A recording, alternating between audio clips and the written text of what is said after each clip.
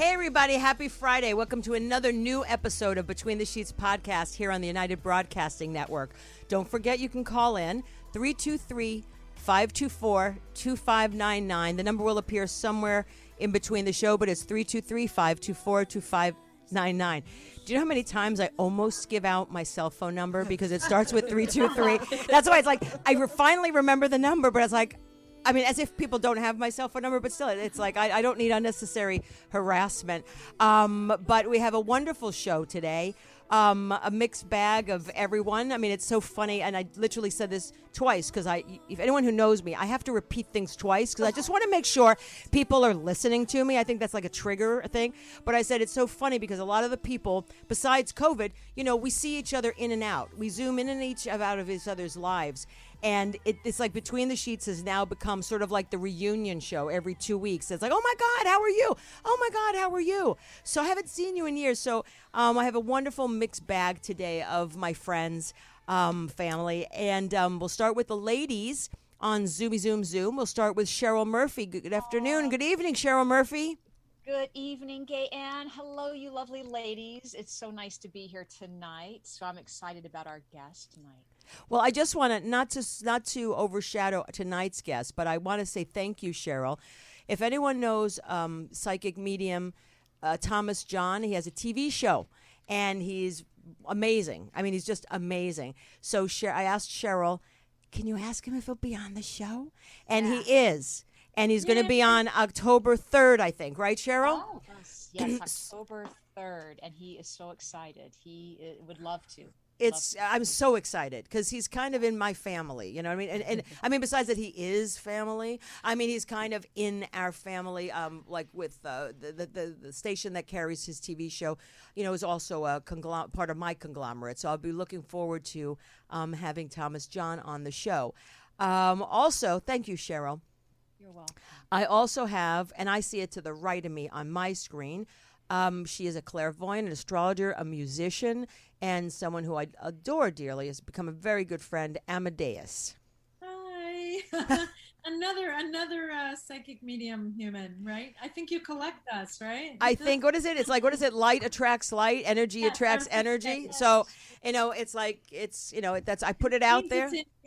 Yes, it means it's in you. And I'm delighted to be here because I get to do both sides today. And Andy is a wonderful human being. I'm thrilled to be here. Well, I try to have wonderful human beings on the show because I'm a wonderful being collector. And it's all about, you know what? It's so funny because a lot of the people that I've been, around, and I'm not saying this particular crowd, but we all seem to be on the fringe of the we all are fringe people. We're fringe people.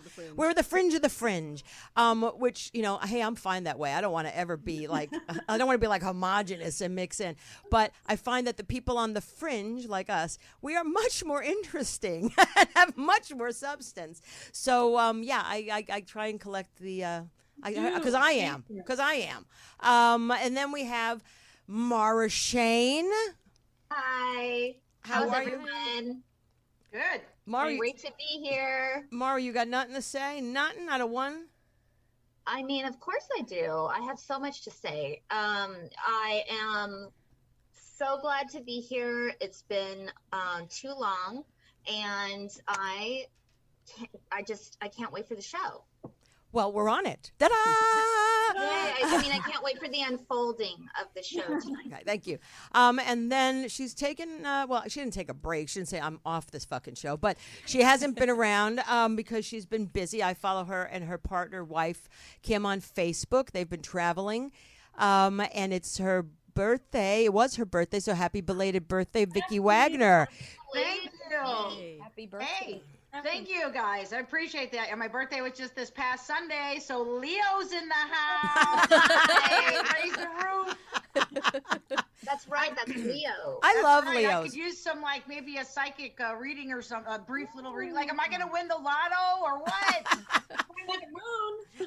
You got a new moon. I have a thing for Leos. I've dated, like, I haven't dated that many. I've dated enough, but in relationships, 4 Leos. I like to date only fire Fun and signs. energetic, Gaye Ann, that's why. It's my Leo rising, I think, that attracts the fire yeah. signs. So, Yes. so in studio, I have Margie Duran or Marguerite Duran. Hello, everyone. Happy to be here this evening. And then let's see who we got. All the way from, well, originally from Jersey, another Jersey girl, via Beverly Hills to now in Burbank. I met her, God, through a friend, Mel.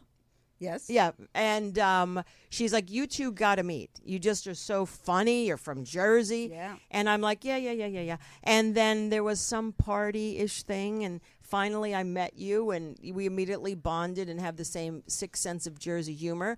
We're not demure. I think all like Jersey people understand each other. It's like it's a thing. It's a culture. It's a vibe.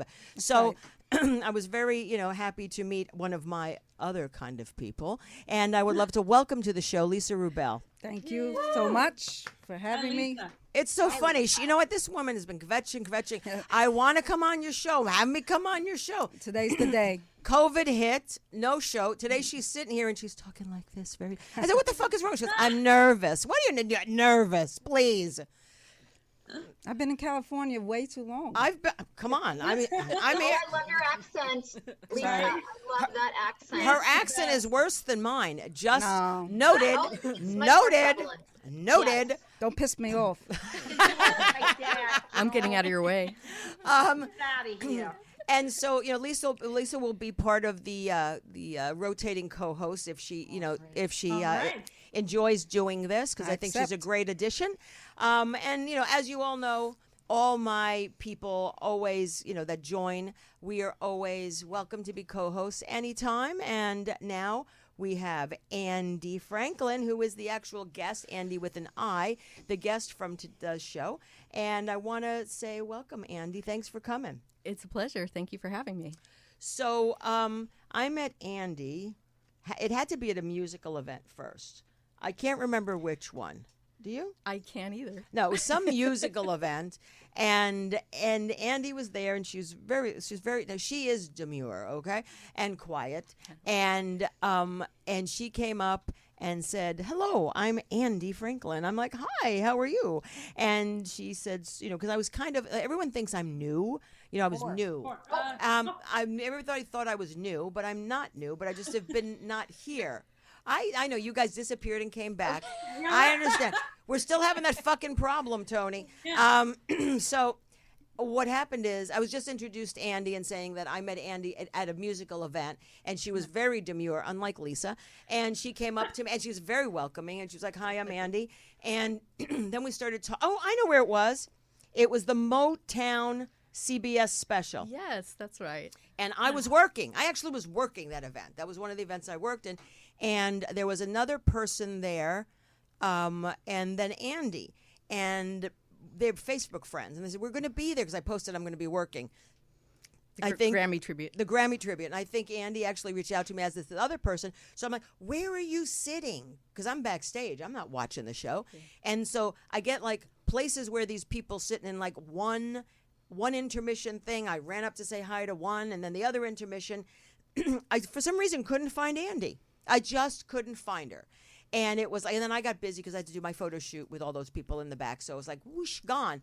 So on my drive home, because I felt so bad that I didn't touch base with Andy, I called her on my drive home, and I'm like, "Hi, I'm so sorry. We're going to have to meet up another time, blah, blah, blah, blah, blah." And then, throughout lesbian history, we had many things in common. Yes. Music and such. So anyway, so that's how I met Andy, and that is how and why she's on the show, because I wanted her on. And I want to actually thank Deborah McNulty, who actually said, "I think you need to have Andy on the show."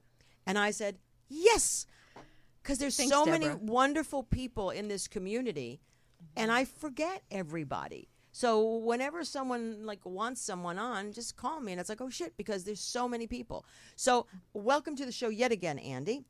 And who wants to start off with a question from Andy? Anybody?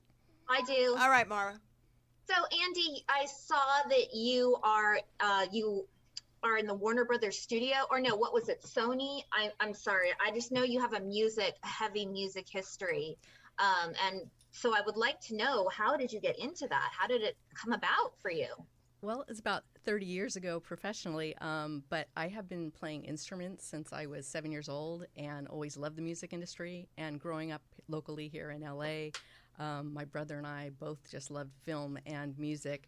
But as for professionally, I worked my way through the label circuit and started at Atlantic Records. I was very lucky after I went to college and then got another little degree, and I was got my first job at Atlantic Records, and I went on to work at Warner Records and BMG and during the years, and as well as independent projects. But it's just sort of I sent out resumes where people were laughing in the early 90s, before the internet, guys, and I did about 200 of them, and my friend was like, you have to know somebody. And for some reason I just sent it out, and they were looking for somebody, and it was just perfect timing, and I got very lucky that way.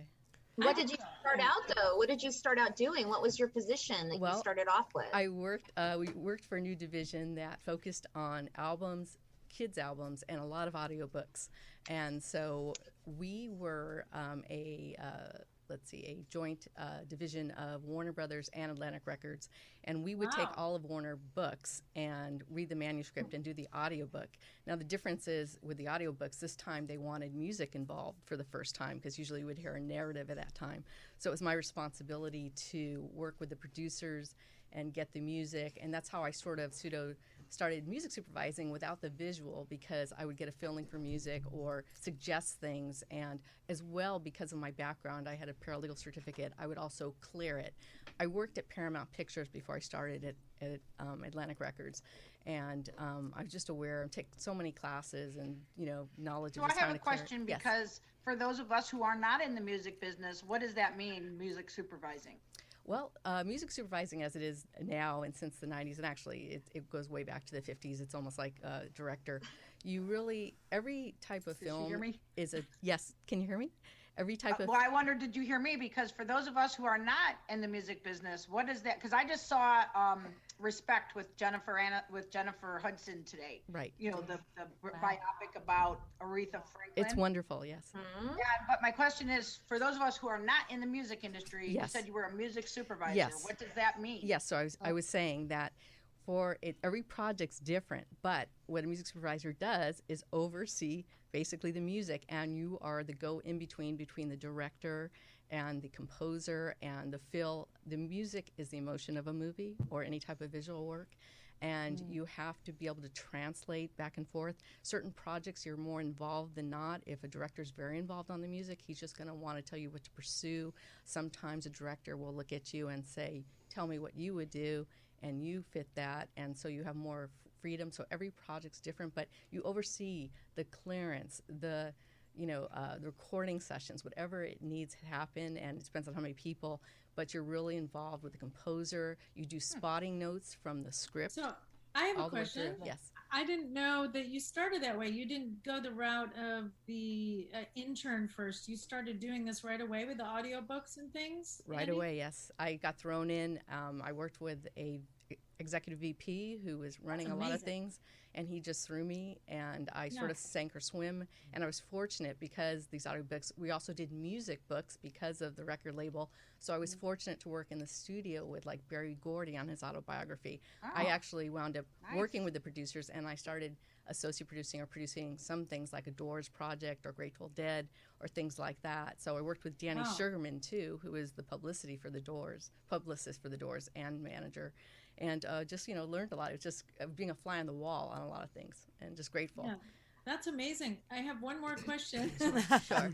So the audiobooks and everything, and people, doing that now, it's a big thing. I'm so curious what the difference is now, because technology and what people look for and being able to go online. What's the difference? Like, well, with the music, as you know, with technology, there is. it's saturated, of course, because everyone's doing their stuff. But there's more libraries. There's so many ways to what you need according to your budget. A lot of times it still goes back to the old fashioned. It's all who you know sometimes and your friends, and if you've worked together and it's the right project. I try to be fair. You have to remember when you're doing any project or for a director, the music should be about the project and not like your friend or trying to fit something.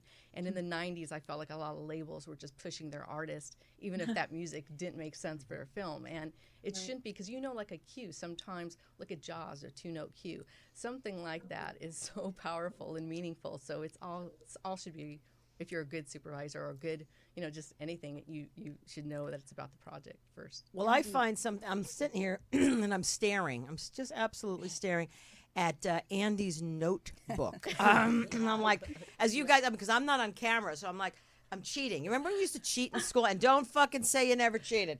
It's like, what is she writing? Maybe I can see. So ANDI's so cute. Hold on, I'm going to put that away. You got to show the front. ANDI has a notebook with notes, and she's so cute. She's like, I want. She goes, can I have it by me? I promise I won't look at it. I just need to know. I said, are you kidding? This is like between the sheets. We are so not polished. It is what it is. It's normal life. It's also an official police booklet that actually is a prop from Lethal Weapon. Which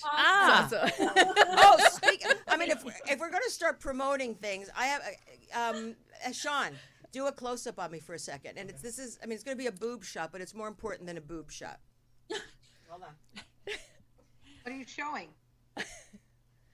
Fixin' Fidos. That is an organization that it's a rescue organization. It also helps fix animals. My friend Casey Montoya, who is a newscaster and a weather person, that's her organization. She actually, it's so funny because she gave me this T-shirt to try, and I said, I'm wearing it on Friday. I'll promote it. And I'll go, by the way, I never asked you want to be on my show? And she's like, yes. And I'm like, okay. So Fixin' Fidos, look it up online. Casey Montoya will be a new guest. Sorry, I don't know. I don't know. This is what I'm telling you. There's nothing normal about this show, That's ANDI. good. ANDI, I have a question for you. Who is this? Cheryl. Did you grow up in a musical family, or can you tell us about your family and what kind of music you grew up to, listening to? I do have to give kudos to both my mom and my grandmother. My mom and my grandmother are back east, Brooklyn and Boston.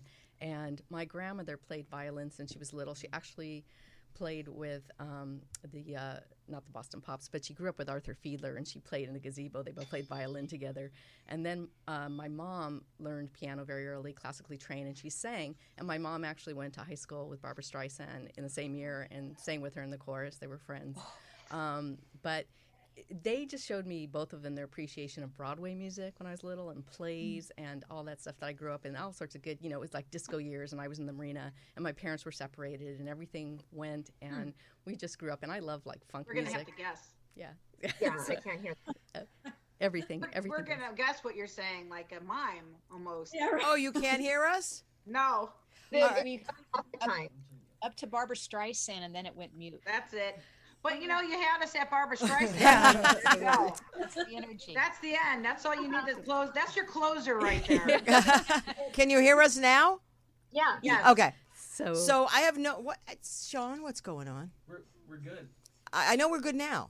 There's a ghost in there. I know. You're going to have to find out what's happening. And speaking of Broadway musicals, guess where I'm going on tomorrow night?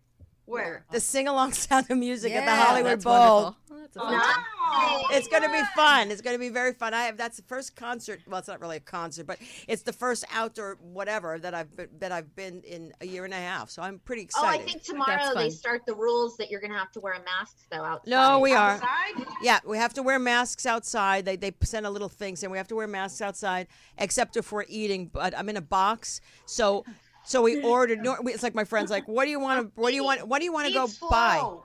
What? Yeah, No, exactly, no, popcorn. that's the thing. Eat No. Slow, This Gaye Ann. this is the That funny. Because I was just at the movies. I was eating my popcorn really slow. No. This is the funny part. Is we're sitting there and he's like, we're gonna go run and get some stuff. I'm like, I'm not running and buying a picnic basket. Let's just splurge and just order it from that restaurant. So we looked at it and it's like, I don't want a sandwich. I don't like salmon. And then there was the barbecue feast, and I'm like, Oh my God, there's like 4 types of food. I mean, it's like soup to nuts. And I'm like, let's order this one. It's a lot of money, but let's order it because they will keep food coming throughout the evening.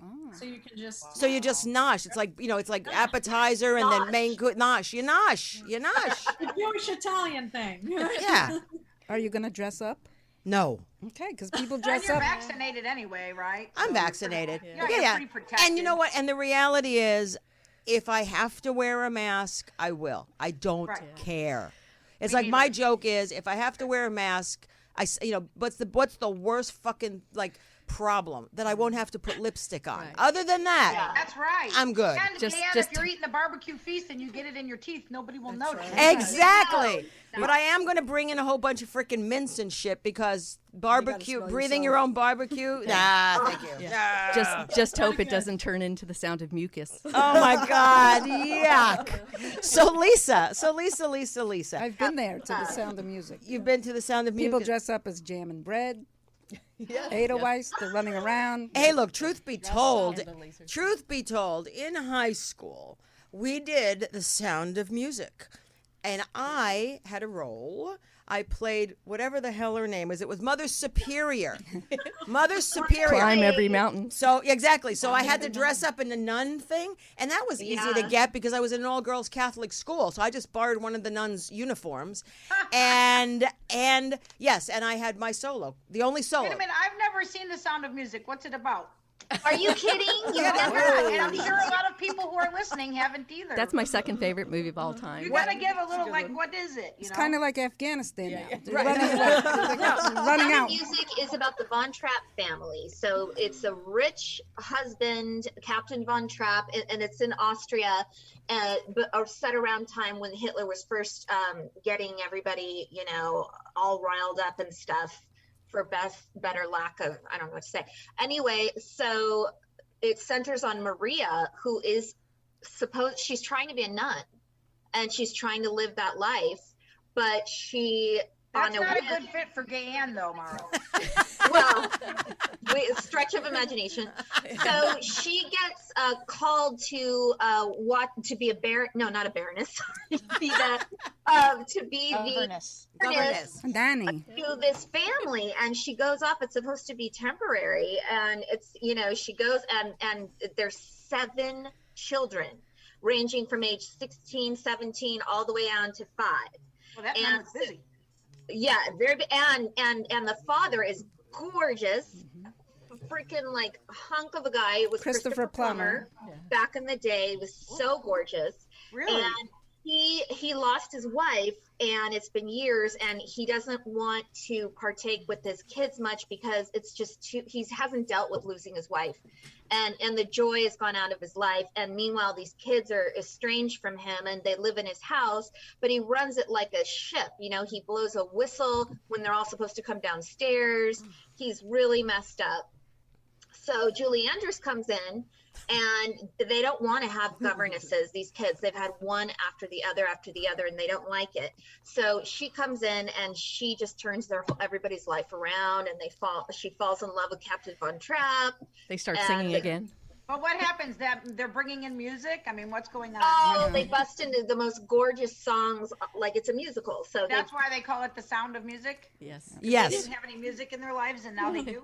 almost. You almost hit on it. They had stopped with the music in their lives, and she brought it back. Right? Did I do a good job, guys? You did good. Yeah. You did well. You did very well. Great job. All I'm thinking about now is Christopher Plummer. Wasn't he Liza Minnelli's husband? No. No. Who's that? Who am I thinking of? Well, which gay guy? Oh, Christopher Guest, right? It depends. Christopher Which, Guest which is married to, homosexual? I was picturing when you said he was gorgeous. No, Christopher Yeah. Guest. I think Christopher Guest is married to Jamie Lynn Curtis. Jamie Yeah. Lee Curtis, Jamie Lee yeah. Curtis. So look, pick a gay guy. That's who Liza Minnelli married and dated. Exactly. Liza Princess Minnelli. Minnelli, Carrie Fisher also dated and married only gay men. Very interesting. It's very interesting. I thought it was interesting that Julie Easy to get Andrews along with. did 2 roles of governesses from Mary Exactly. Poppins right to The Sound of Music. She won for the Mary Typecast. Poppins, but Mary I Poppins. wanted her to win so much for The Sound of Music. No, my favorite, although my favorite musical in the hands down, it's a classic.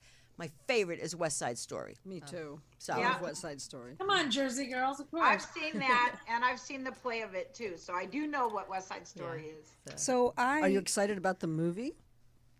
Heck yeah, I think I'll go see it because my mom grew up in that era and she loved West Side Story so much. She knew every single word to the thing. So when I was growing up, she would sing it at me and my brother and sister, not with us or to us, at us. So We did it in high school. I played the sax, that line. Oh, you did? Yeah, I was in the orchestra. I did it in high school, and I played Anita. Yeah. So I like to to Mother be in Superior. America. From Mother Superior, exactly, from nun to whore. You know what I mean?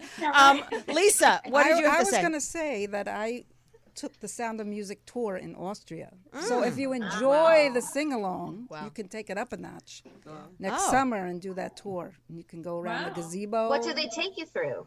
You go up the mountain and everybody sings on the No, they the don't. bus. They actually sing? On the bus, everybody's singing. It's the gayest thing. like my nightmare. But you have to do it if you're there. Right. The surviving Von Trapp And family. they take you around the lake because they filmed a lot of it here on the back lot. Right. But some of it was filmed there. So we went around the know lake. We that. went on the gazebo. So you can really take it up a notch. Oh, well, thank and you. enjoy it. Thank you. Andy? It's a wonderful holiday movie too, even though there's no holidays in the movie. I mean, I grew up with that as a kid, and it's just It's I one of the don't know, best it's- classics ever. I'm going to tell you, this is. show has become so gay. Go ahead. Broadway musicals. Andy. I was just going to say the Von Trapp family, the surviving members, have a big, what do you call it? A big Reunion. place out in Vermont. They have a inn right. that's still, if you want to go up and visit an inn in Vermont. Wow. That's right. Well, thank you. So, Andy, hold on. I'm looking at her book. Hold on, Andy. Andy, hold on. Andy, Dentist Pamela appointment. DeBar. I have you tell me your Pamela DeBar story. I'll share mine. Well, that's one of the audiobooks we worked on. I'm with the band, so I got to work with her closely. And we also went out clubbing one night and had a lot of fun. But that's, just I did her stories. So, No, Pamela and DeBar. And you heard all the stories in the studio. That's what I loved about certain jobs I had, because you heard all the side stories in the studio. Exactly. Who is Pamela DeBar? Pamela DeBar. She was married to a musician, Michael DeBar. She also had a book. She's known for being the most famous groupie. Yeah, she's a groupie. I'm with the band, right? That's Yeah, the book. that's her I'm book. with the band. Yes. And I was introduced to her, 5-6 years ago by who? By who? It was either Martha or Terry introduced me to her, and we had her on the show. And she was a hoot. I mean, that's like you talk about stories. She'll tell you everything. Yeah. And she was just amazing. And then she friended me on Facebook, and she has parties at her house. Well, she used to before COVID had parties at her house. And I guess she was dating, or she liked this one musician, so she would always do these house concerts with him. And so it was always fun because it was this eclectic bunch. Jimmy Page was her boyfriend. I mean, she slept with a lot of different slept with a lot of musicians. people. Yes, she did. And God bless her. But she's still good looking now. She is. She has a store, and she's still, I can't believe how great she still looks. Yeah, she looks amazing. Yeah. Okay, hold on. I'm looking for another name. Hold on. Peebo Bryson. Anybody know who Peebo Bryson I love is? Peebo. Yeah, I know him. When I was at BMG, I was very fortunate to work with a lot of my favorites growing up, and Jeffrey Osborne and Peebo Bryson, and especially number one, Etta James. And I got to work on 5 albums with Etta James. Wow. From I was an A&R. And just had a great time, did a lot of the business, but also went to the sessions and with her, also her sons in the mastering studios. So she was a kick. And to tell you the truth, she was hell on wheels, I guess, and whatever the expression is. She was a riot, and I was so happy. I was at BMG when Britney Spears and Christina Aguilera and everyone was coming up, and I just thought when I heard Christina Aguilera, I said, wait a second, with NSYNC, everyone was on BMG, and I thought, wow, she has this great voice. And then I learned about her that she loved Etta James, and I got the advanced CD of Genie in the Bottle before it came out, and I distributed it around because I just thought she had just great pipes. And I heard she was a big Etta James fan, so I tell this to a lot of people because I feel like I connected the two. I sent her CD to Etta, and I forgot about it. It was like 3 weeks later, and somebody said I have a call, and I went back to the office, and I picked it up, and Etta just said, "Hoo-wee, that hoochie girl can sing." And, Jersey girl. and Christina, I know, wanted to do a track with her, and they tried to make it happen, but business people got involved with the monies, but I'm glad that they finally met before she passed. And when I went to Etta James' funeral, Christina sang, I think a lot of people were expecting Beyonce at the time, or Yeah, she sang it last, but, didn't she? Yeah, because she Yes, played. She was in Cadillac Records, and Mara, the thing that you bring up, did you know that when Barack Obama got inaugurated and Beyonce sang it, Etta James was actually very insulted about that. Do you guys remember that? I heard that firsthand. Yes. When Beyonce sang? Yes. So at his inauguration, Beyonce sang that song, and Etta was like, "Well, it's my song. Why didn't you ask me?" And especially, she's been around way longer than Beyonce. You would think they would have given her that honor. I know. That's terrible. Hold on, Andy has the inside track here. Well, I was just saying, for a lot of people who think sometimes she was difficult to work with, and Etta, and she could like just blow off a studio day and $3,000 or $5,000. There you go. She decided not to go. But when we talked, or when she actually interacted with women, she was always very respectful. And her story was to me, Andy, that song has been my bread and butter for 60 years. That's right. I'm not gone yet. And she didn't have dementia yet. And for her to that's her signature song. Yeah. And Beyonce, Andy, I don't know if we've ever talked about this. Do you know Brian Ray, who was her guitarist? I know her lead guitarist of the last 25 years, Josh Sclair, who's Grammy winning. I have stories on that. Josh, another time. Yeah. No, Etta James. I mean, look, I don't know about you guys. I mean, I'm 57. Etta James.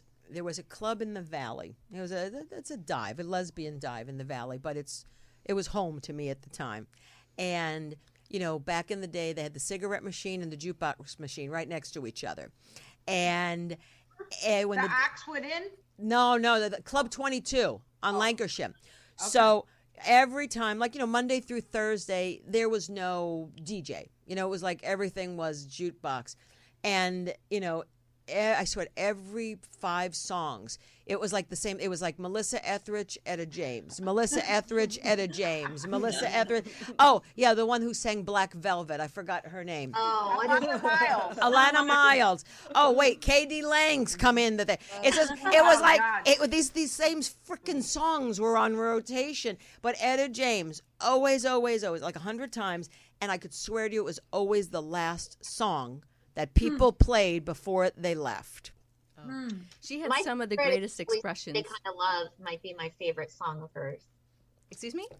Which song? Sunday Kind of Love. Oh. That's one of my favorites. I love that song too. She didn't like to perform that song a lot because it hurt her voice when she sang it. She said, yeah. Really? Yeah, that's what she told me. Wow. I mean, the thing is, and as a musicians, there are some songs, because I managed a few people. There are song they kept saying, like the fans, I want you to sing this song live. I want you to sing this song live. And, some songs are not meant to be performed live. They're all like studio things. You know what I mean? And, I would hear, like when we would like do the shows and then sit at the table after, for the signings and stuff, the fans would always say, why don't you ever sing this song? And it's like, and I would never answer because it's not my business, but they would say, it's just really, some of them vocally, it's really hard to sing. And, you don't want to perform it because everybody's expecting it to sound exactly like the record. So they don't want to disappoint.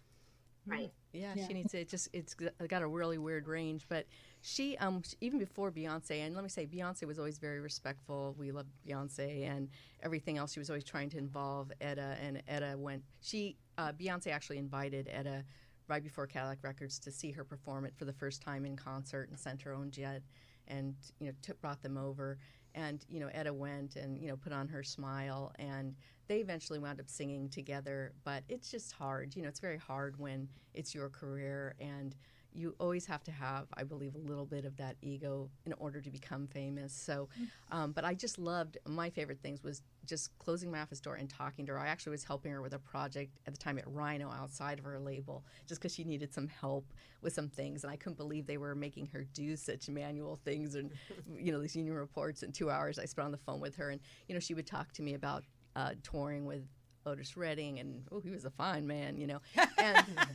but the A&R department, they'd always have me talk to her when it was some bad news. So I'd call up, and then she'd go, "Hi, Andrew." No. She goes, "Okay, what is it?" She goes, "You a woman? you understand. She goes, I understand what you're going to, they're putting you up to this, aren't they?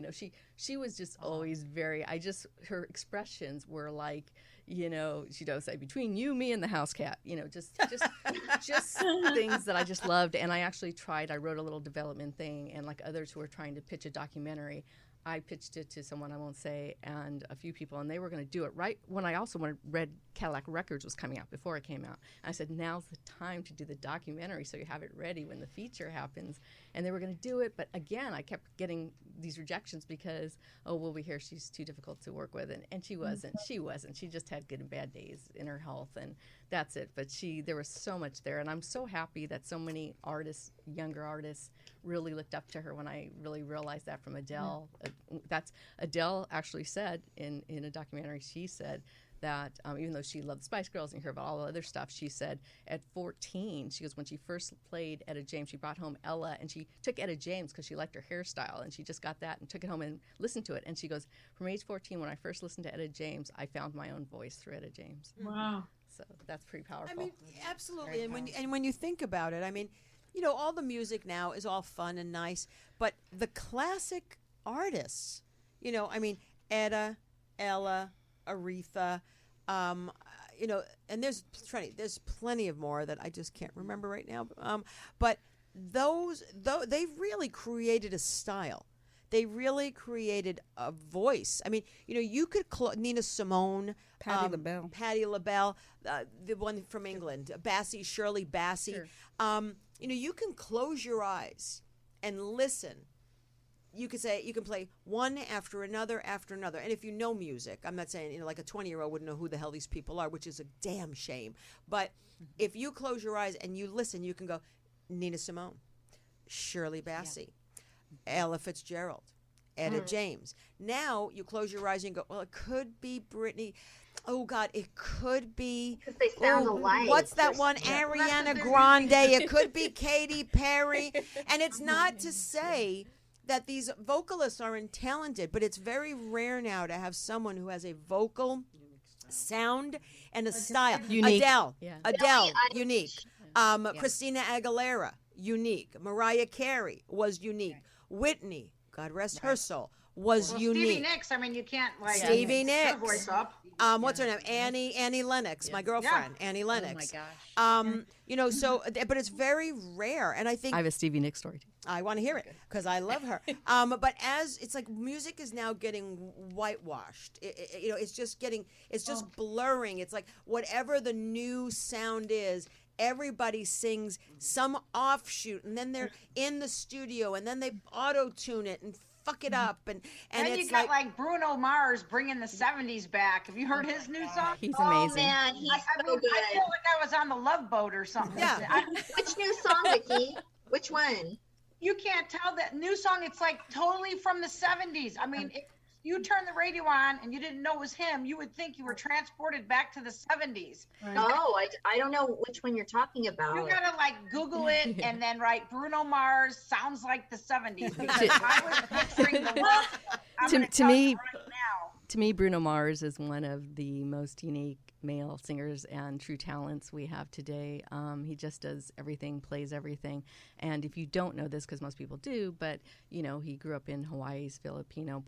He's a lot of different things, but partially Filipino. But he grew up as a Elvis impersonator, and you have to watch the videos of him at 5 and 6 of him singing. He was my talented back then. hairstylist is his hairstylist. Yes. My old hairstylist in Los Angeles was his hairstylist. And a gentleman who I worked with at Atlantic, who I did teach a little bit on what I knew.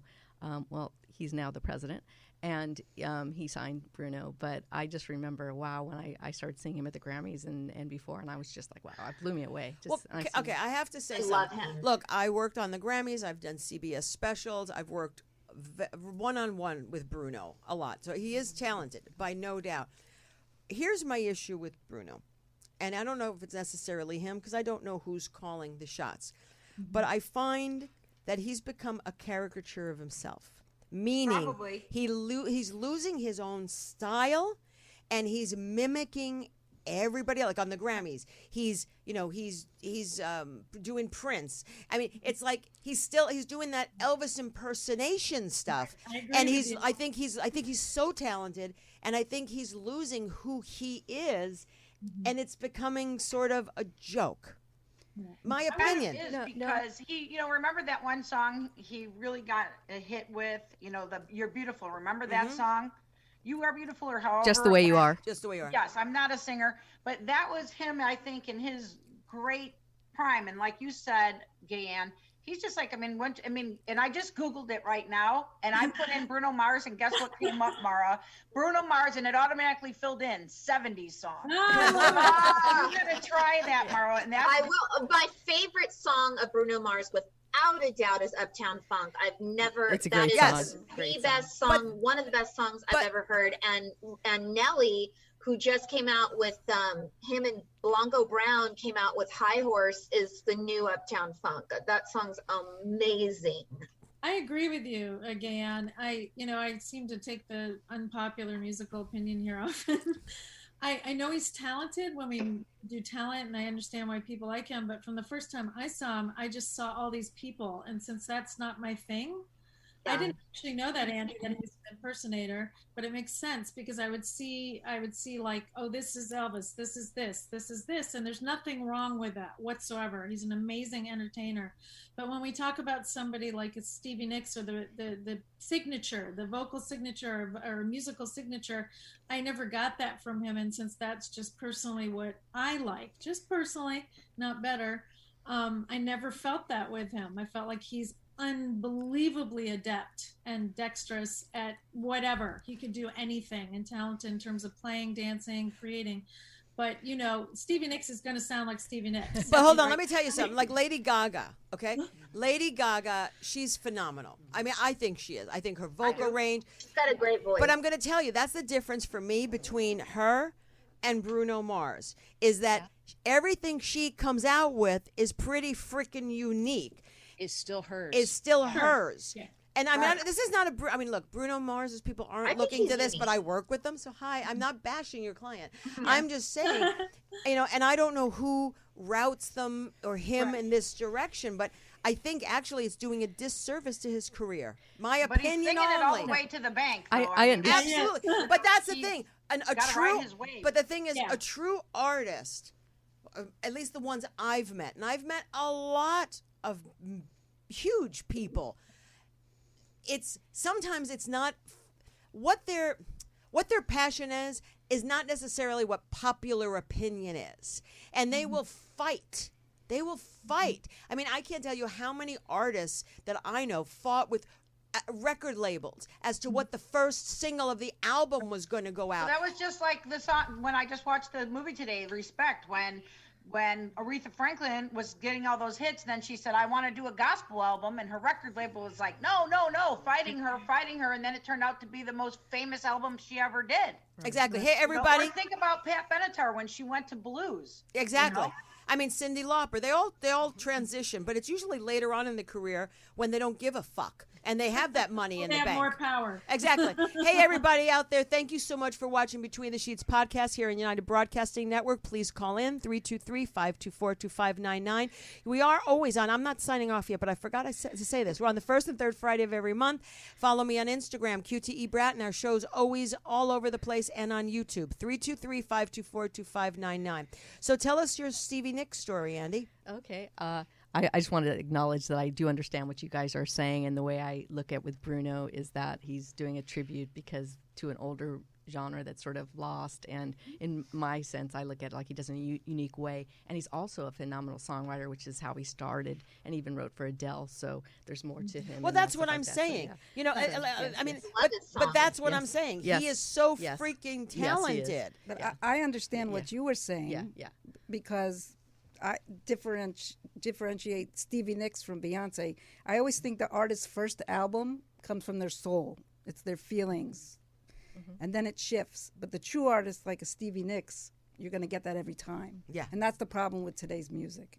It's not Well, from the There soul. are some people like Billie Eilish that Yeah. she's amazing. The stuff that she's putting out, or Fiona Apple, that come from their soul. I say Billie because she's the most recent and the youngest. Right. But to she's hit the different scene. from like a Dua Lipa. What's her name? Dua Lipa. Dua Lipa? She's different to me, Oh, Billie no, Eilish. She's just. Completely. She was bringing up Dua Lipa, not me. I just see the Hold difference. on, I was this close to Dua Lipa. Well, actually, I was this close to her boobs because she's very tall. Andy, can I say one thing? Can I jump in? Sure. Is that right? Of course. Okay. I wanted to ask you on that.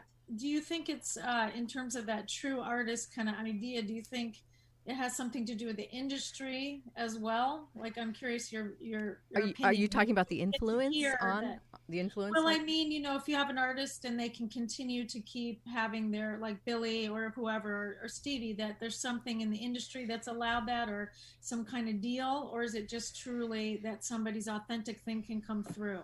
Does that make sense? I would love to have always the authenticity come through, of course. But as knowing from working in record labels, I know they're not always right. And what you do is we have a roster, could it be 100 or 200 artists, and you hope that 3 of them score to carry the rest of them, and we give some people a chance. But sometimes, it's such a lottery from the moment that somebody's helped picking the songs till getting out, to promotions, to radio play, to advertising, to so many different things, that it actually makes it. There's some great songs that are left behind somewhere that just never got out there, but there is a lot of pressure from labels, and also because, like you had Amadeus, I've several musician friends who hate the labels or the other things because they think you take over your life or this or that, and it's a hard position, but I'm always on the fence because I have to mention that. But who's going to give you like $500,000 to basically put out an album? Is it you have a rich uncle? Then you do that. But you take a chance, and a lot of labels, they don't realize you could be a $30,000 budget, but by the time it gets out there, it might be $500,000 with everything else. So somebody's taking a big risk, and then when people say I didn't get my royalties, well, you have to be successful and recoup those royalties. Well, yeah, and isn't it true? I mean, so pretty much the record label is like a bank. Right. Okay, we will invest in you, and we will put this together. And then it happens, and the machine takes over.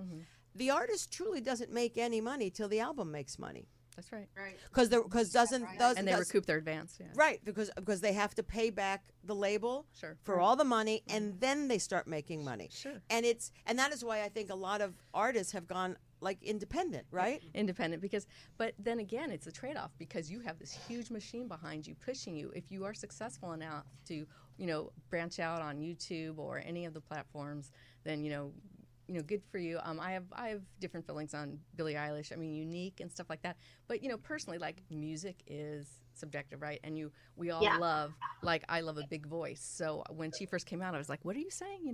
And I had to read the lyrics, and I said, "They're like, okay, cool lyrics, but just a different style, and it takes off." And remember Anita Baker? Yes. Who the hell? I'm going to tell you something. That woman had a belt. I mean, I saw her and Luther Vandross, okay? And her album came out. And I swear to God, I liked her voice. Her songs were fabulous.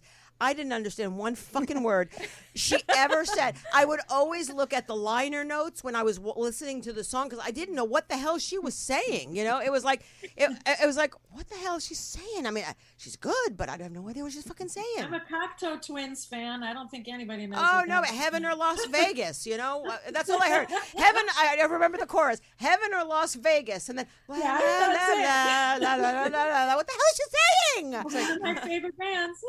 Michael Jackson's Human Nature. I mean, you don't know what he's saying. And then you have Bjork, who's from Iceland. Yes, a lot of their favorite. And Sugar Cubes, and I understood what the hell the Icelandic was saying, but Anita Baker, I couldn't understand one fucking word. It's a style, and people go into their own style, and it's whatever sells. So I think to answer your question, Amadeus, it's just the label obviously is going to be concerned with money, and they might push an artist a wrong way that they think, or that worked last time for that album, but I don't want to do that same album. But they try and say, let's stick with the formula, and they don't want to. Right. So I'm always rooting for the artist. I have been in labels and stuck up for the artist. I stuck up for an artist who, I won't even get into it, but we got how to give them some money because of what they were doing. And I stuck up. I was like a director at the time, and I went up to like some major vice presidents. And after that, they started calling me, what's a bitch? No. Well, okay. Thank you. But I was thinking, that's a woman who gets the job done. That's a woman who gets her job done. That's just saying. Exactly, Marty. What was Sally Field's role in, the union worker? Norma Ray. Norma? Was it Norma? Norma Ray. They come in and say, hey, Norma. He'd go, hey, Norma, I have a question. So that's what they started. Oh, really? Yeah, wow. But there's times when it's right. You have to be in the middle. Yeah. You have to understand both sides. But sometimes if an artist is successful and they can be unique, but it's just because it's so easy to make music nowadays, it becomes much more competitive, and you really have to stand out in some way. Uh-oh. Okay, I want to hear Stevie Nicks' story. I was thinking of so many other stories. Okay, it's not like a huge. Well, we Stevie keep going story, back like four times to Stevie Nicks. Okay. Let's get Stevie Nicks gone and over with. I'm just going to one little quick one. It's just one little quick one. I was babysitting. I was because in the marina, I was 11 and I was babysitting a baby because when in the old days we all worked when we were young and did things, and I was babysitting a baby, and the person's baby that I was going to their condo on the beach. It was so beautiful, like one of these very high-end, beautiful places on the marina. I get out, we're parked, and she goes, well, I'm not going to be able to use you very much more because we're going to be moving. And, I wonder, it was 1977, guys, or something, and they were saying, I don't know if you know who Fleetwood Mac is. And I was like, yes. And, right there was standing with Stevie Nicks and Mick Fleetwood on the beach, kicking around sand like 20 feet away in her white gown and him in his white thing. And I look back at it now, that must have been the time when they had their affair. But she bought my babysitter's condo. But I've been like a huge fan since I was little, it was just a small little story. But Stevie Nicks is a goddess. Yes, I mean, that's just love her. Yes. She's still sexy. I don't give a shit what anybody says. I like them older. Okay, who else on your next list, Andy? Well, I was just thinking, here's another quick little story from Al Green. Remember Al Green? So, by the way, Al Green, for those who don't know, remember that song Tina Turner had a hit with? But it wasn't the first hit. It wasn't Private Dancer. It wasn't Better Be Good to Me. It was the third hit that she begged the record label. I heard she begged. City Limits? Nope, she begged. This was when she came out as Proud a solo. Mary? No, stop. I'm trying to get in on this conversation. No, hold you guys on. are having between yourselves. No. She this was her first album, the solo, after she broke up from Ike when she had that What's whole Love rebirth. Got to Do with it? What's Love Got to Do with it? Thank you. No. She fought. I heard. She fought to have the single released, and the record label, Capitol, was no. And it was a song called Let's Stay Together. Yeah. And that was a cover. My generation, well, I knew this, but some of my generation didn't realize it was a cover from Al Green. One of my favorite songs of all time. Yep.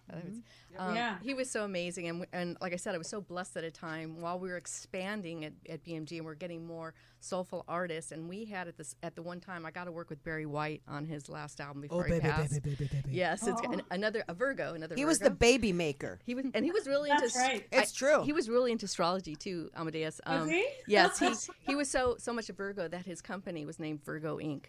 Are you kidding? No. And you and I will talk later on this. He loved the fact that he was working with me, and also his marketing. A friend of mine in marketing had the same birthday as him, so he was just he just loved that. But and then we had like Jeffrey Osborne and we had James Ingram. We had everybody, and we were also going to sign Al Green, and he was coming over, as well as Roberta Flack, and we were. Oh my God, killing me softly with his song. Oh. But Al Green came to was in my boss's office, and I brought in my Al Green. That when I grew up, my mom played a lot of funk music and stuff and soulful music, and I grew up on all this stuff, and I loved it. And so I brought some albums for him to sign and CDs. But he got caught up. He was distracted by my boss or somebody else calling, and he was in the middle of signing something with a black, permanent marker. And first of all, I have his thumbprint on one of my things, which is kind of funny, because he was like smearing it and talking to somebody. But, he goes, hi. We were talking for a bit, and there's like, what's your name, baby? So, I told him, and so he was going on and doing the thing and talking. And then by the time, I'm just so happy. I walk out with about 5 things that he signed after talking to him. I wasn't even looking at it first. And I'm walking down the hall, and everything says different things, but it says like, love you, Audrey. Everything was Audrey. So that's another time when the label started calling me Audrey, all my friends. So, but I gave it to an Audrey that I knew that actually liked offering to some of them. So That's a good story. Sorry, but I have a question for Lisa, actually. yes, great. So, Lisa, I understand that you specialize in real estate, and is it interior design? They kind of go together. Yeah. I like both, but more real estate than interior design. But we do give our clients. What happened? Sorry. Go ahead. How did that happen? Is it something that you fell into, or something you knew from a young age you wanted to do? Actually, I got into real estate for a weird reason. I suffer from Crohn's disease, and I was down in my bed for about a year, and I wanted to sell my house, and I said, I'm going to do this myself. So I studied, and I went with my little handicap pass down to the convention center. The whole convention center was filled with people taking their test, and I took my test, and I passed my test, and that's how I started 20 years ago. Wow. But interior design kind of goes with it, because I like the high-end properties, the luxury properties. So I like a house that's going to sell where you don't want to take a thing out of it. You would ruin it if you put your own shit in it. So, they kind of go hand in hand. So do most of the houses, when you sell are they furnished already, or they're empty and you Sometimes furnish they're them? empty. Sometimes we stage them. You stage them. You need a good stager. I mean, So let's say I look at a house and you stage it, and I really like that frickin' You furniture. can buy the furniture. You buy the furniture. Okay. yeah, you can always buy the furniture. But what did you do before real estate? Insurance and annuities. Was that when did you move out to California from Jersey? I took a pit stop in D.C. where I worked in the Pentagon. Nice. And I left Very cool. in 1993, and I went to San Francisco for 12 years, started real estate, and then moved to Los Angeles in 2002. That's it. Oh, you've only been here not that long. Almost 20 years. Wow. Now, what made you well, I know. This is a stupid question. Now, what made you make the move from New Jersey to California? No brainer.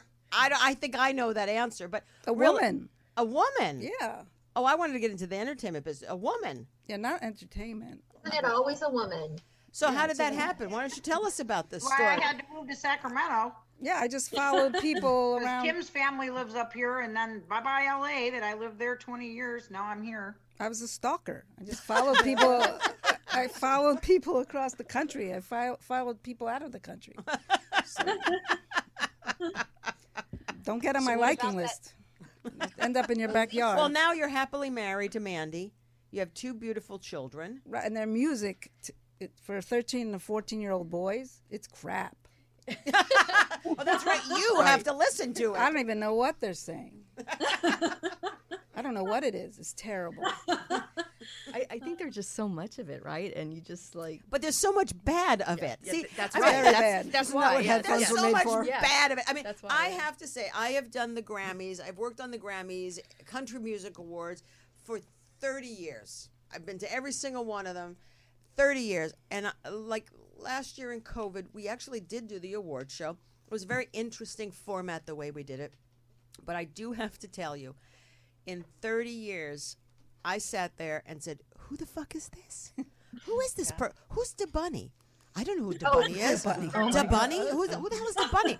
Or, I mean, I knew Cardi B. I knew her. Well, and I'm like, but who the hell is Megan Thee Stallion? It's not it's The Stallion. And I knew Dua Lipa only because a few years ago on the Grammys, she sang a hot duet with St. Vincent that I was like schwitzing over. I was like, oh my God. So that's how I knew Dua Lipa. But there were people on it that I had no idea. And the funniest story I have is they're saying, oh my God, Megan, the younger people, Megan Thee Stallion and Cardi B performed the WAP song. I said, the what? I said, what? The WAP song? I'm Italian. What the fuck? The WAP song? The Nene song. Yeah, and they said, no, the WAP And you didn't song. realize it would be even more offensive, right? I'm going to tell you something. And I am very open-minded. I'm probably trashy. I'm like good and trashy all at the same time. And I sat there, and they're like saying, but Gaye Ann, you're so like hip, cool. You don't know the WAP song? I said, what does it stand for? And Wet ass pussy. wet, well, okay, well, yeah, thank you. wet ass That pussy. is what it stands That's what for. it stands Wet for. ass pussy. I wasn't going When to say it. they said, hold on, I got to show you Someone's guys got to something. say it. Yeah.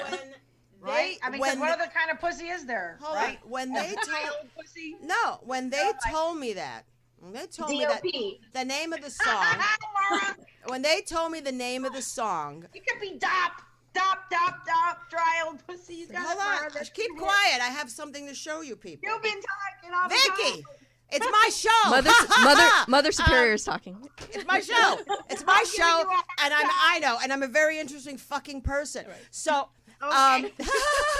as we all are. So they told me what is it? Wet ass pussy, right? That's it. And I said, I've never heard of the song. They go, well, you've been under a fucking rock? I said, maybe. So we're in the lobby, and that's where we're staged, right? Because of COVID, they pulled it up on YouTube. I sat there like this, literally. Yeah. But wait, which version did you watch, Gaye Ann? The explicit one. No, the real one, the video, the real video. Right? Okay, I don't think I've ever seen that. And I was like this.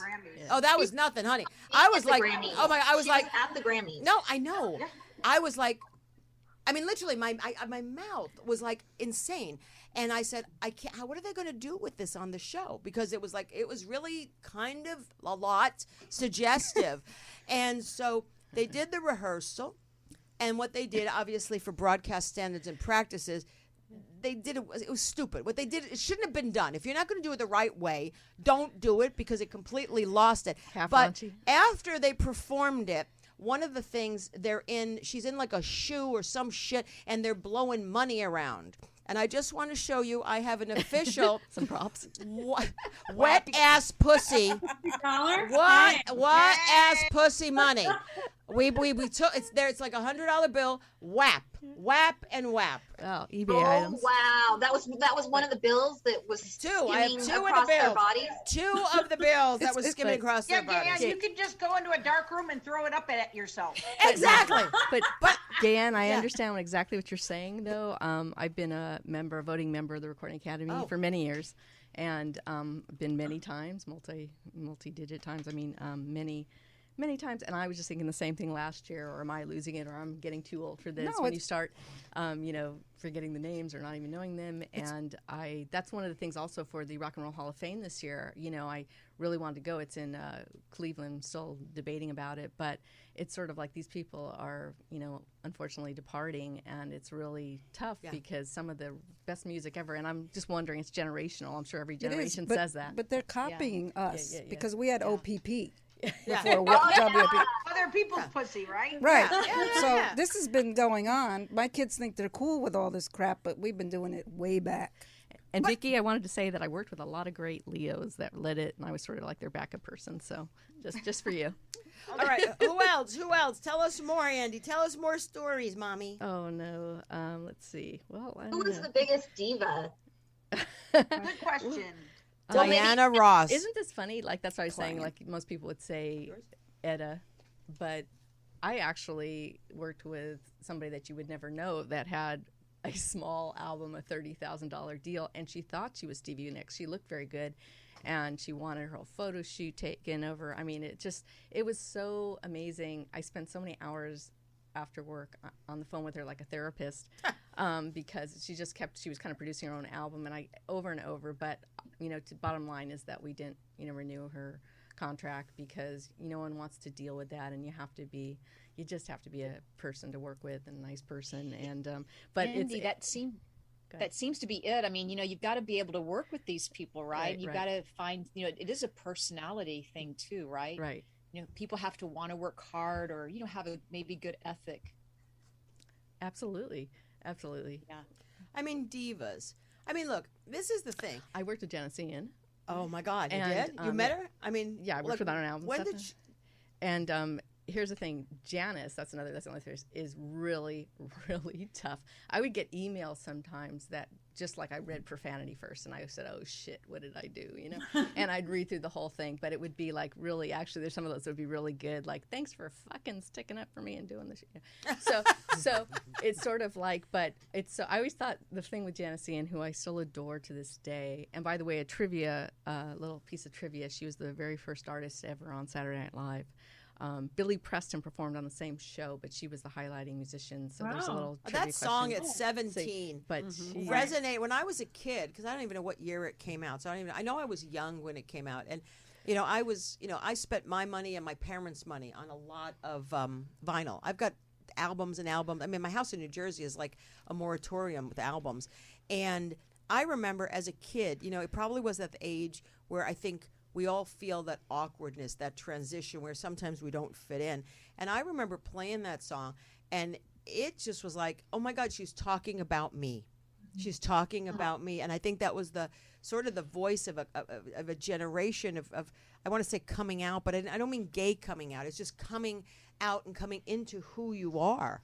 Well, so at the same time, Tapestry. See, I grew up, what was amazing is King. I grew up, and Janis Ian, that 17, and Tapestry came out at the same time, and my parents had just got divorced, and my dad was so depressed, and that's all he played, so I guess that's what I loved. Tapestry and Janis Ian. So I grew up, but Janis Ian, the funny thing about her is her personality is, she's like 4 foot nothing, and she's really strong-willed and the most intelligent person you ever met.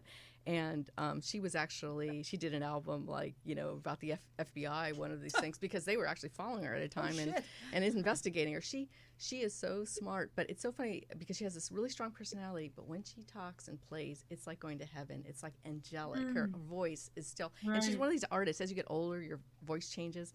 Like Stevie Nicks, actually, you could tell is very much lower than it was when she was younger, but her voice sounds the same and just still so beautiful. But you know what? I mean, Carole King, I worked on one of my favorites. I worked on a show, a long time ago, Sharon Gless show, Trials of Rosie O'Neill. And Melissa Manchester and Carole King did the theme song. And I remember Carole had a recording studio in North Hollywood. And I remember, I'm like, we have to have a photographer there. Did we really? Would we use the shit? No. We have to have. So, of course, I wanted to go fucking meet them. You know what I mean? Yeah. And, I mean, that was part of my thing. And they're like, yes, you could have a photographer there. So we went in, and, Carole's tiny, too. Right. Melissa Manchester's taller. Carole's tiny. And then she's from New York. So it's like, and she is the most undemure person. Like, she's like the complete opposite personality-wise of Janis Ian. And she was just so much fun. And she was so normal. And I remember, she invited, about a couple weeks later, we all went over her house for dinner. And then we would go every other week for dinner. And she was cooking. And I'm like, I want her to sign my Tapestry album. How do I get her to do that? Because, I'm a professional. So, I go, hi, can you sign my album? At least that's what I didn't want. And I remember I was sitting there with a friend that, Lorna, who was her person. And I said, to sign my album. It's in the trunk of my car. I did go get it. And she's like, Carole, Gann's been waiting for 3 months for you to sign this album. And I'm like, oh my God. But, it is, but then again, now, because we all grew up 80s. Are we 80s kids here? Did we come of our own during the 80s? Yeah. There was a lot of good music and there was a lot of shit music in the 80s too. Let's not bash the new stuff. But I think each decade up until the 80s produced unique voices. The 90s were a blur. I mean, for me, it's like who in the 90s was famous? Really famous? Because there was a lot of one-hit wonder. Blind Melon, Cranberries. Those people, yeah. But yeah, I always say to me, the biggest for me, and it could be a few years either way, but 64 to 82, that's what I always say was the most fantastic music because, people knew music theory and it was fully orchestrated or bands or this or that. But, and it became so much easier to make music without even having to read music and things like that. So there's just one of the reasons. I think technology has so much to do with it. Yes, I mean, yes, absolutely. In terms of being able to make different things and the channels of the industry. I mean, the channels were so narrow, and then you had to play instruments. Right. And, I love to program drums. It's something I love, so I'm not against it. But when you open all that up and there were more channels to do things and you could be signed to different labels, which didn't happen. I wasn't allowed to do that. That's why you don't know where a lot of my music is. It's on a shelf. But when you were allowed to have different avenues and the technology changed to be able to replicate things, sample music and do things, it changed, it changed a lot, the curation, let's say, of music. Absolutely. What I miss in today's music that I rarely hear, that was very prevalent in the 80s was the saxophone. I love the saxophone. You're right, Mara. The saxophone, like Huey Lewis in the news, you know. Does anybody remember? Does anybody remember Candy Dulfer? Nope, never even heard of her. You should look her up, Vicky. She's a wonderful female saxophonist. Really? Well, Really? Or Mindy A. Beer. Okay, I never heard of her. She's like a huge person. Like all the Grammy best winning. songs had this high energy sax in them. You know, music is missing that, Mara. Yeah. You're right. East about Street that. Band. I like the horn section, you know? Yeah, and the cowbell. Oh God. Oh, God, more cowbell. More where's the tambourine? We could have our own band. Yeah, right. I have to say, A lot of tom drums. do you know what? I mean, there's a soundtrack that I mean, and it's old. It's an old movie. It's an old movie called The Fabulous Baker Boys. Yes. And I have to say that soundtrack was amazing. Right. I thought so. Yes. Just saying. And Jeff Bridges' daughter is a musician, actually. Oh. Which I can segue to what I also was working on in recent years, a nonprofit. My friend who I grew up with. Hey, girls, I have to interrupt. I got to cut out of here, okay? So, hey, it was nice to talk with everybody. Have a great night. Good weekend. Love you guys. Gaye Ann, thanks for having me. Thanks, Vicky. Interesting Vicky. to hear all your stories, guys. Thanks, Vicky. Bye-bye. Bye. Vicky. I'll just be quick. Yeah. But No, we have another 20 minutes. So. But my friend is the CEO of this company, and she's been defending public health and non-smoking rights for many years. And it's really funny. Some people, and I'm in the music industry, so sometimes weed is fine, but not like cigarettes because it's just gross. Like a lot of people just don't like that smell. There's different types. So she created, with me and another friend, three of us, a project. I guess I'm the co-founding consultant for smoke-free music cities. There's statistics that came out about 3 years ago that even if you're not a non-smoking musician, and we forget about the people, this is before COVID too, who are on the corner street playing in their bar, and that's their source of their income, and they play every night. Even if they don't smoke, every half an hour that they're in there, that smoke is equal to having one cigarette. Yep. So there's a lot of statistics and people getting ill. So I worked with them to help bring on musicians for quotes.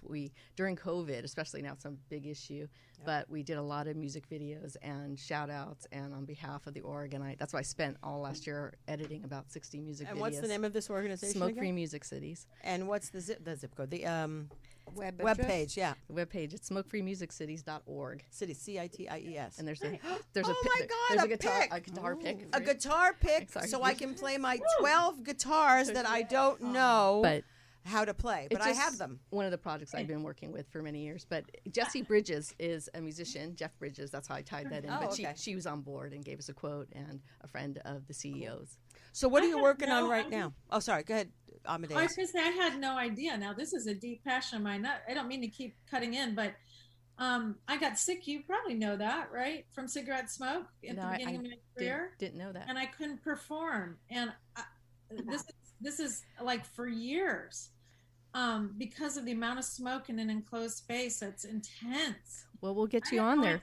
Yeah, I had no idea you were doing that. That's amazing. Have to give us a quote, and we'll get you up there. I'll get you up there. I'll totally do a quote on the because website, it tanked my being able to perform, and I try to explain it. It's different than even being around cigarette smoke when you're inhaling and singing. Yeah. Oh, yeah, that's.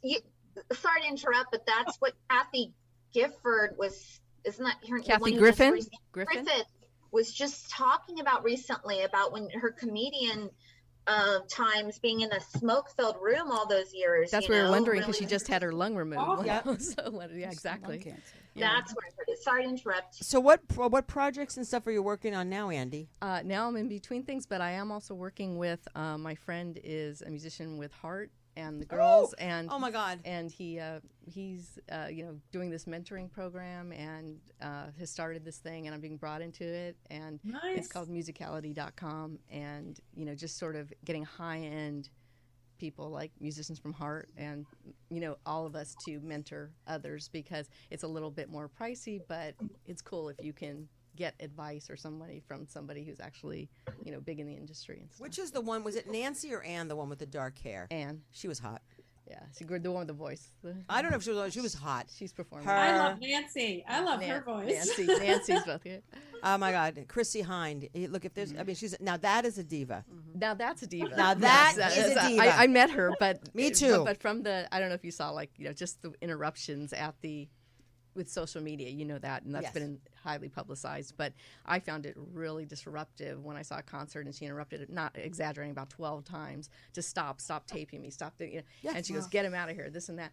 I'm just like, it just got to the point where it was ridiculous. Again, I'd sleep with her, but I won't go to her concerts anymore. but one of the most unique voices of all time, too. Another unique voice. No, that's what I'm saying. Like Karen Carpenter, all these great people that had these unique voices. That's my favorite, Karen Carpenter. My gosh. Yeah. Can we have a discussion about a band that I never particularly liked, and I still don't understand why they became famous? Bread. That's a great song. I love Bread. I did too. My sister loved Bread. I'm like, Bread, are you kidding me? I love Bread.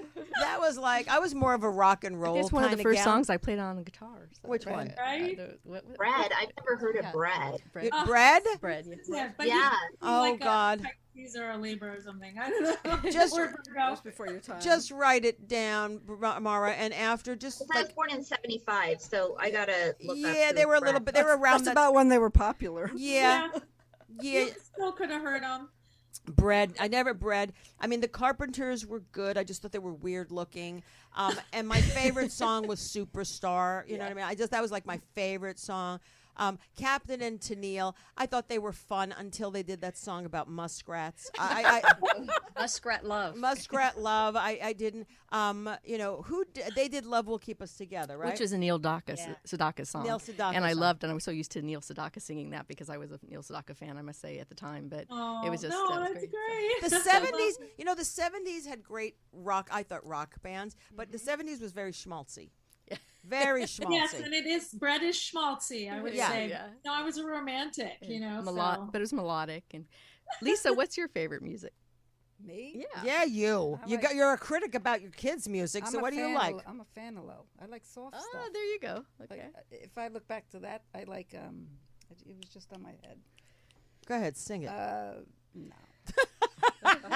I like I Dan write the songs? Fogelberg. Okay. I like it calm. Yeah, see? Exactly. Yeah.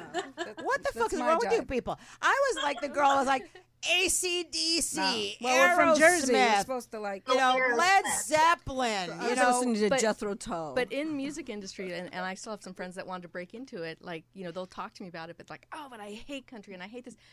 You have to be really open and learn that there is good in everything. And I loved ABBA to Zeppelin. I loved ABBA. I went to ABBA's first and only U.S. concert. Just to be open. Wow. But I'll tell you something. Country music. Yeah. Big. Never been a fan.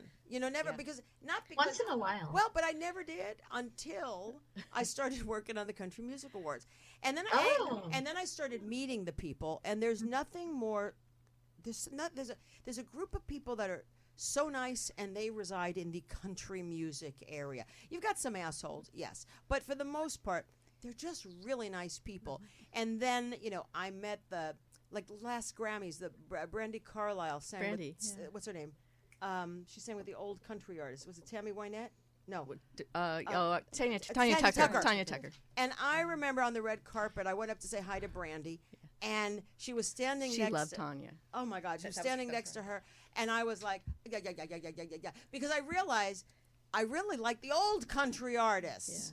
I mean, Patsy Cline. Patsy Cline, that's who I was thinking. Johnny Cash. Dolly Parton. Dolly Parton. Oh my God. I mean, I've got many stories about Dolly. I'm sure you do too. It's the lyrics that are just so hilarious, or Travis Tritt, whatever, like, here's a quarter, call somebody who cares. There's just such brilliance in some of the lyrics, and that's what I've come to appreciate a lot of their songs. But again, I don't like that area of country music. No, I like twang. You like twang. I'm actually become a fan of twang. Okay. What I don't like are the making country pop. Yeah. Like, what's her name? The guy in Swift. the voice. Swift girl. Taylor Swift. Swift. And the other blonde. What's her name? The one, Carrie Underwood. So I was in the second. I was in the second row when Taylor Swift. Song. When Taylor Swift performed with Stevie Nicks at the Grammys, and I was on the side. And granted, that was her first year, or was it 13 or whatever the album was. And I was just so not impressed, you know, because at that time I've grown to like her in a different way, but I just was so unimpressed. Well, like Beyonce, like Beyonce came from that girl group. What the hell was the girl group? Destiny's Child. Destiny's Child. There's a story about that too. And the thing is, I mean, the 1 year of the Grammys, they were pairing up these icons with these new kids, and Tina Turner performed with Beyonce, and I have to say that was a showstopper. But go ahead with, but I don't find Beyonce that good. No, and there's a story there with Aretha too, because when Beyonce announced her, she said, "And here's the Queen," and Aretha got upset. So I don't know if you caught that. They announced her. She said, "Here's the Queen." And so the Queen. Why is she the Queen? Is she the only Queen that was? Well, she's the Queen of Soul. So what's Tina? I don't know. Oh, the Queen of Soul. So right, Aretha. right. So Aretha commented on that. But anyway, just a quick story. We had a very new, beautiful, when I was working at B&G, beautiful woman start working with us, and my boss said, "I'm going to put her with you to learn the ropes and do things." And she was my office light, and we just grew to be fast friends. We just, and still Facebook today, loved it. And I just remember her dragging me. She goes, Andy is, I don't know, it's like 98 or something. She says, "You have to come down the hall. You have to come down the hall into the conference room. I have to show you my cousin. She's got this new group, and it's my first cousin." And so we went down to watch it, and it was Destiny's Child, and Beyonce was her first cousin. And she was the person I worked with was so beautiful that during the Grammys, all the German heads would come over from BMG, and 2 years in a row, and because of my friend, not myself, but in the office would say, "Come with us," and we were like saying, "Oh no, we can't. We have to go home and shower." And they're like, "We buy you dresses," and whatever. And me love you long time. Exactly. Thank you. Exactly. But I know it was because of my friend. But anyway, she's just as beautiful, and I just think Beyonce probably and she's a Virgo, but Beyonce is just a beautiful person. I think. No, she's a nice person, but yet again, yeah. I think her music is lackluster now. Did you listen to Lemonade? Because a lot of people say that she was. I agree with you, but I never listened to Lemonade, and my sister said that was the album that put her on the map as versatile. I guess she does a country song on that. Yeah. So I love like all the single ladies. I like that one. And stuff like that. That was like I mean, she does have some good songs. It's just but voice wise, my friends were arguing like, doesn't she have like one of the best voices of all times? And I said, no, I wouldn't put that there. I've seen her very closely perform. I think she's a great performer. I think when I first saw her, she opened up for Destiny's Child, opened up for Christina Aguilera. I went to the very first concert they ever had, and I just thought, when I saw her, I thought, oh my God. And I had just, because I do background and stuff, and I'm in SAG-AFTRA also. I've been on sets close to beautiful people, and I forgot the woman that I'd been just close to. I thought she was the most beautiful woman I've ever seen. But Beyonce was just, I thought, my God, she's the most beautiful woman I've ever seen at that time. I just thought she was just beautiful. And her mother's pretty good looking, saying. But her, I love her, but she's not one of my top 10 artists, and I wouldn't consider her like when I consider Christina or Pink or just the songs Pink. or Etta James or Aretha Franklin. I miss Pink. Still there? No, I know, but she hasn't. I mean, she hasn't did done something anything. the other day. Pink with the Olympic people. Yeah. She paid their fine. All right, that's the Olympic. Yeah. But I mean, I'm talking about. I miss Pink. Yeah. Like at the Grammys again when she did that song. Remember when she was like suspended? In the will, Oh dear Jesus! It's like I love you even more. And that's when I was up in the second row. And what I thought was very funny is I was watching the people. I don't know if you remember, but what you didn't see on TV is when she was coming back towards the stage because she's dripping wet. It's like all the artists, you don't see them, but they're freaked out. They've got their, $10,000 hairdo, and they're like, don't drip on my parade. I got It's pinked. so funny. They're holding things over their head. Got pinked. So, but Andy, who is your upcoming artist? Like who is your? If you had to project, this is a good artist. Listen out for them. Is there anyone that you actually really enjoy right now? I'll probably remember on the way home, but I've just been trying to listen to a lot, and I'm not just impressed. Nothing really sticks out with me a lot, and that's why I feel like, God, am I getting old? But there's people I still waiting for that Adele album again. Me too. I'm still and I think it's been too far. It's almost 5 years, or it has been 5 years. But I just want someone that like what you mentioned, you want a good song. It's like a mini film, and Amadeus will appreciate this. It's the lyrics. It's everything has to be. It's good production, good voice, good song. Yep. But that's what Universal is. Universal music. It has to move you and move many people that they can relate to.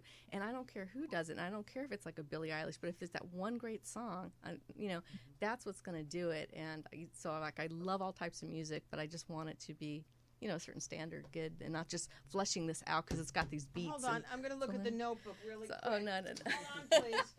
Hold on, I don't know. There's stuff out there. I'm just looking to make sure we got it because we only have a few minutes left. I worked in animation with the voices with the Looney Tunes, so that helps. Oh, yeah. Hold on. No, so I produced the kids' album for Space Jam. And so I was involved. I was on the Warner's lot for a year. And part of that, even before that, I worked with some producers who were producing other albums. And I got to spend a lot of time in the studio with like the voiceovers of the Animaniacs and the Looney Tunes. So much fun. And it's so great. It's so great to watch Bugs Bunny or Daffy Duck. These guys, they really get into it, and like, with their carrot or, and it's like they morph into the character. And I bet you there's no divas in there. No, it's the greatest thing. They have so much fun with it, and it's funny. I was talking to the guy, and sometimes they double over, like he's Porky Pig and Yosemite Sam or something like that. But it's sort of like the Porky Pig guy. He forgets who he is. And he was and he said he grew up wanting to be Porky Pig, which is a really, strange idea, but it's lucrative. Out of all Looney Tunes, I can't say that Porky Pig would have been the first on my list to aspire to be. And he was born before Bugs Bunny. When you work for Warner Brothers in a creative position, you have to go through at least a week called their boot camp, and you learn how to draw for the characters and listen and what they would say and what they wouldn't say and everything audio. And I was really there at a great fortunate time when they were just taking over Hanna-Barbera Studio. So we also went to Hanna-Barbera. So I met the animation, the Japanese. Wasn't that on Cahuenga?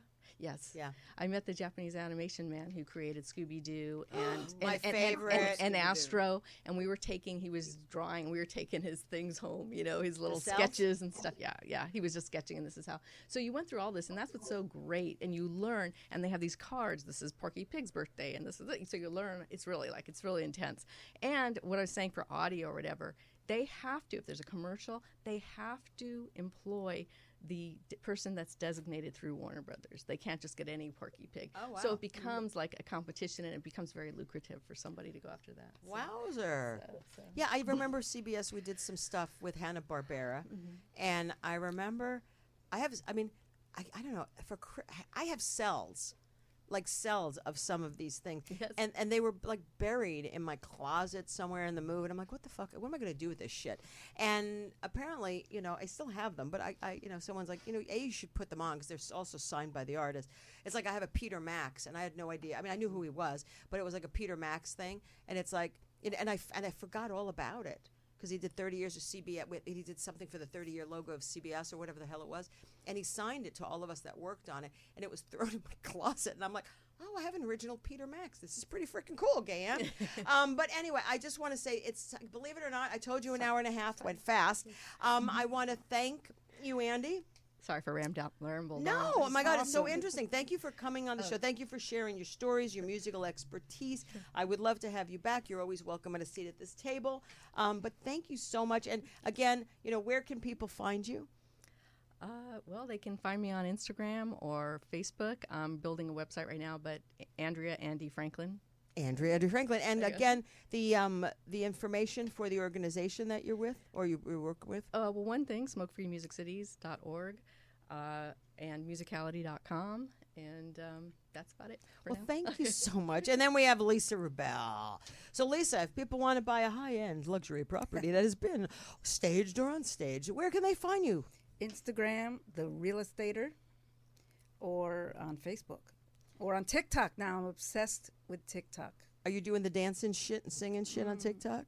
I'm doing a little bit of everything, but I have to budget my time daily for my TikTok time. So they're rolling me off. No. The speech is not over. The big speech. Well, you're also, as I told you, you're always welcome to come back. I was waiting for this day. Are you better now? Were you nervous? Not nervous now? I'm good to go. You're good to go. So you can move smooth sailing from here on in. The Xanax kicked in. Awesomeness. Woohoo. And then Margie Duran, thank you so much again for joining us. We didn't have any of your expertise on the show tonight. It wasn't my night. What can you do? There'll be another one. Where can people find you, darling? You can find me on Facebook, Margie Duran, or my email, healingglac@yahoo. And if people want an appointment or book with you, is it should they go through the email or? The email is better for appointments. It's more private. Thank you very much. Thank you. I just want to say one more thing just for musicality.com to book with Craig Bartok. He is the member of Heart, so he is the founder of it. So I just wanted to clarify that. I'll just be working with him in some capacity on it, but Craig Bartok. Craig Bartok. Okay. Mara Shane, what are you up to? What about those shoes? Well, that's my passion right now is I'm designing crazy high-heeled shoes. And I'm working on a pair right now that actually the client that I'm working with wants me to do a pair of funky country heels. So that's going to be fun. You can find me at marashaneart.com. You can find me on Instagram as marashaneart. And Facebook, I'm on Mara Shane. Thank you. Mara Shane, that's my handle. Those heels rock. They do. They're beautiful. They're freaking amazing. Thank you. They're wonderful. You know I like them. Amadeus. Hey,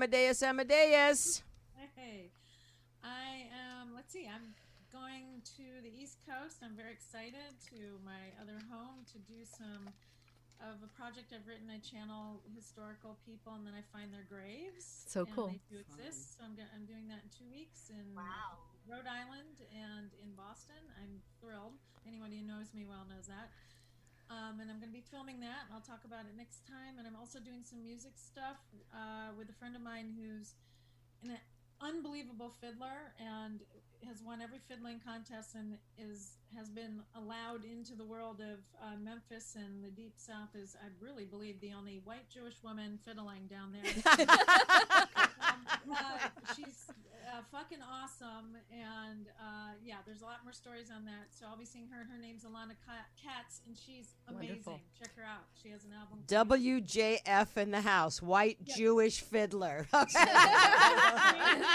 to get those T-shirts out. Yep. WJF in the house. Trademark. Rockin'. And my name is spelled differently than what it keeps showing, so nobody. It's AMAD. ES. My mom, I don't know what to say. So you can find me that way on Facebook, Amadeus, on Instagram, Amadeus, and I am Amadeus. And then last but not least, Cheryl Murphy. Hey guys, I have a great event coming up. It's an online event where I'll be doing mediumship readings with Thomas John on September 9th, and you can find out that information on my upcoming events page on my website, Facebook, and Instagram. It's all Medium Cheryl, so mediumcheryl.com and @mediumcheryl. So look out for my upcoming events. I think we have something new, Cheryl. Facegram. Facegram. Facegram. I think Facegram is perfect. I think that should be the new offshoot. It's like the birth of a new. Like we need another freaking social media platform. I want to thank Sean for manipulating and doing things on the program Of course. tonight. Everyone out there, thank you for watching. Thank you for listening. The show is on. It's Between the Sheets, the first and third Friday of every month here on the United Broadcasting Network. On the next, I have to do this because I don't remember anything. The next show is September 3rd, and on that show, we will have psychologist Lauren Constantine, as well as stylist, designer to the stars, Joanne Lavin. So it's going to be a fun show. I'm just like I don't care. It's like, how many people can fit in this room safely and have you on Zoom? We are so in. This is my version of having a little house party. So I just want to thank you all for tuning in and supporting us each and every time that we're on and continuing to listen to the show on all the aggregators, the audio portion, and of course, we are on YouTube, Between the Sheets with Gaye Ann Bruno. Thank you so much. Be safe, be well, I want to thank Vicky Wagner, who cut out early for being on the show. So thank you, Vicky from Sacramento, but really, it's a team. And welcome to my home. Welcome to our home. Pull up a chair. And Jesus, fuck, will you people start calling in? It's real. I mean, seriously, like, are we that captivating? I'm sure we are. But, I mean, we do want your viewpoint, too. We're just a bunch of chicks, just a bunch of friends hanging out, talking to shit. So thank you so much. Be safe, we well. Have a wonderful weekend. And as always, namaste. Thank you, Gaye Ann. Bye, everybody. Bye.